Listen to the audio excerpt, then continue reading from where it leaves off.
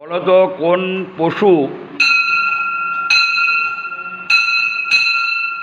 নিরামিষ খায় অথচ সে হচ্ছে বনের সাংঘাতিক রাজা? তার চেহারা এত তাগত, হ্যাঁ, যে কোনো গাছ ফাছ ফেলে দিতে পারে।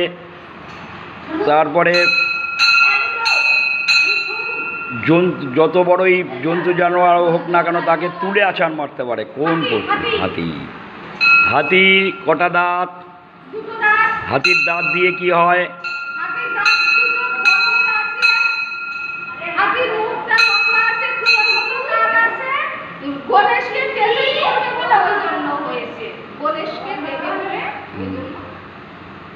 না,